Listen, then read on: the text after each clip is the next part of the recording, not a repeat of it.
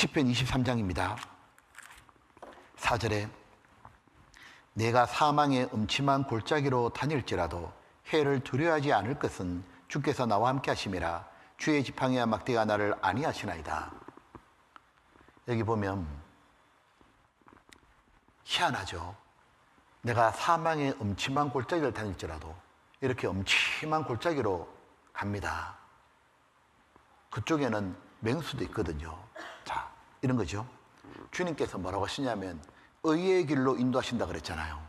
근데 의의 길로 인도하시는데 그 길은 꽃길만 있는 게 아닌 거예요. 평탄한 길만 있는 게 아니고 무엇이냐면 사망의 음침한 골짜기를 지나가야 되는 겁니다. 이 뭐냐면 요 사망의 음침한 골짜기는 요렇게 내려가거든요. 그러면 이런 길입니다. 이렇게 내려가야 되니까 요 그늘이 지잖아요. 그러니까 이제 골짜기는 계곡이니까 좁고 햇빛이 차단된 어두운 음침한 골짜기잖아요. 요번 가파르고 자갈이 많죠.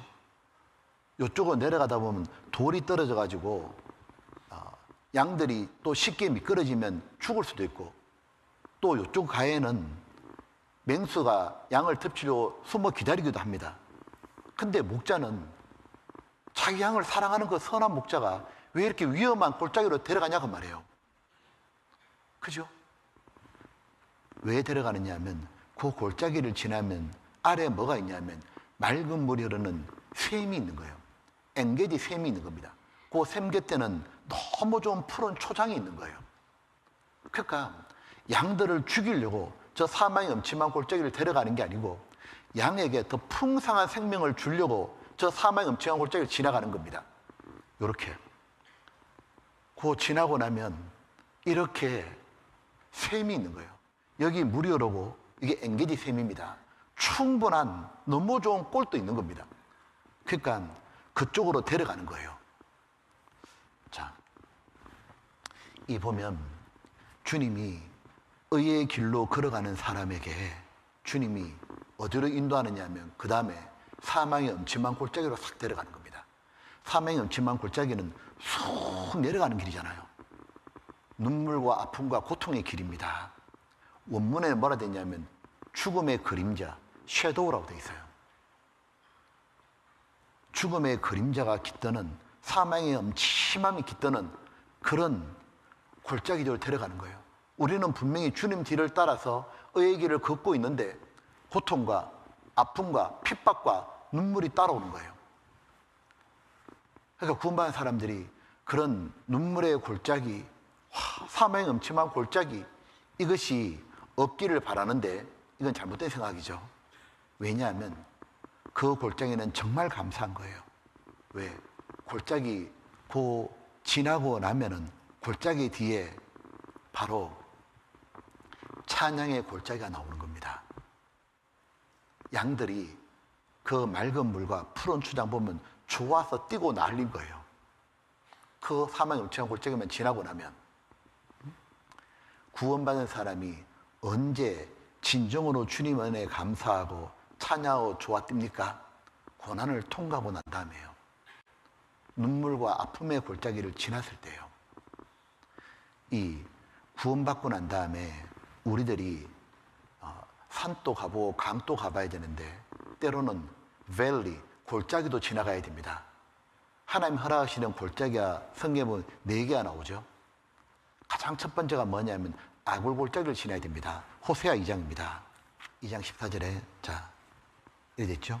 그러므로 내가 저를 기유하여 설득하여 거친 들로 데리고 가서 말로 위로하고 거기서 비로소 저의 포도원을 저에게 주고, 같이 볼까요? 아골 골짜기로 소망의 문을 삼아 주리니 저가 거기서 응대하기를 어렸을 때와 애굽 땅에 올라오던 날과 같이 하리라. 첫사랑이 회복되는데 아골 골짜기를 만난다고 그랬죠. 자, 보면 아골 골짜기는 괴로움의 골짜기입니다. 징계의 골짜기예요. 여호수아 7장에 아간이 범죄함으로 아간과 온 가족이 징계받아 죽은 골짜기가 아골 골짜기잖아요. 이제 구원받은 사람이 죄와 불순종의 길로 계속 걸어가면 하나님은 징계의 골짜기, 괴로움의 골짜기, 아골 골짜기를 만나게 합니다. 그런데 아골 골짜기가 소망의 문으로 바뀌어요. 여기 2장 16절 이렇게 돼 있죠. 아골 골짜기로 뭐라고요? 소망의 문을 삼아주리니. 그 골짜기가 나에게서 저 첫사랑으로 다시 돌아가는 소망의 문이 되는 겁니다. 그 다음 시편 84장입니다. 6절입니다. 저희는 눈물 골짜기로 통행할 때 그곳으로 많은 샘의 곳이 되게 하며 이른 비도 은택을 입히니이다. 저희는 힘을 얻고 더더 나아가 시온에서 하나님 앞에 갖게 나타나리이다. 여기 6절에 눈물 골짜기, 주님 뒤를 따라가는데 의의 길을 걷는데 눈물 골짜기를 딱 만나잖아요. 눈물이 많이 떨어진다고 말해요. 너무 힘들고 눈물이 뚝뚝 떨어지잖아요. 근데 놀라운 건 6절 보셔요. 저희는 눈물 골짜기로 통행할 때 그 통행하는 그곳으로 뭐가 바뀝니까? 많은 샘의 곳이 되게 하며 샘의 곳이 생긴다고 되어 있죠. 이른 비도 은택을 입히니다. 자, 이런 겁니다. 내가 주님 뒤를 따라가다가 믿음의 길을 걷다가 눈물이 떨어져요. 그죠? 핍박받고 무시받고 하여튼 여러 고통스러운 눈물이 떨어집니다. 근데 눈물이 떨어진 곳이 뭘로 바뀌느냐 하면 샘으로 바뀌는 거예요. 은혜의 샘으로 바뀌는 겁니다. 샘은 마르지 않고 계속 올라오잖아요. 왜? 깊은 산속 옹달샘 누가 와서 먹어요? 보면 이 옹달샘은 온갖 짐승이 와서 다 먹잖아요. 이 주님 뒤를 따라가면서 눈물을 흘려본 사람은 자기 마음에 은혜의 샘이 딱 생겨난 겁니다. 그러면 은혜의 샘을 갖고 있기 때문에 이 은혜의 샘이 항상 올라오기 때문에 자기가 힘들고 어려울 때 다시 그 샘물을 퍼먹어요. 하나님이 이렇게 나 도와주셔서, 하나님이 절대로 나 버리지 않으셔, 하나님이 하나님의 선하심을 맛봤거든요. 그 샘이 계속 올라오고 그 다음에 여러 짐승이 와서 먹는 것처럼 자기 은혜의 샘물을 남한테 나눠주는 거예요. 또다시 고통받는 사람에게. 그래서 이 자신이 뭐가 되냐면 위로의 샘으로 바뀌는 겁니다. 그리고 이른 비도 은택을 입히니다. 그 말대로 눈물을 흘리며 지나는 곳에 하늘에서 비가 떨어지는데 이른 비는 하나님이 은혜를 상징하는 비입니다. 충분히 내리는 비거든요. 이른 비와 늦은 비 들어보셨죠? 충분히 비가 흠뻑 내리는 것처럼 하나님의 말씀이 눈물의 골짜기를 지나갈 때 가장 심령에 와닿는 거예요.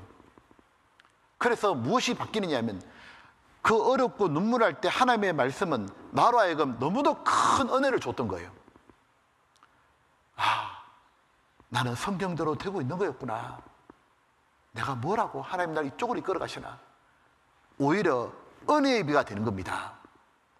그래서 힘을 얻고 더 얻어가지고 오히려 역경을 뚫고 하나님 앞으로 쭉 나가게 되는 겁니다. 이 보면 그 다음이 사망의 엄침한 골짜기를 지나가잖아요. 생명까지 위협받는 사망의 골짜기입니다. 눈물을 흘리는 정도가 아니고 이렇게 주님 따라가다 죽을 것 같은 거예요. 뭐가 집안이 완전 뒤집어지고 뭐가 끝날 것 같은 거예요. 나 때문에 모든 문제가 터질 것 같습니다. 너무 두려워. 근데 그때가 가장 큰 은혜를 경험하는 거예요. 사도 바울이 그 말 했잖아요.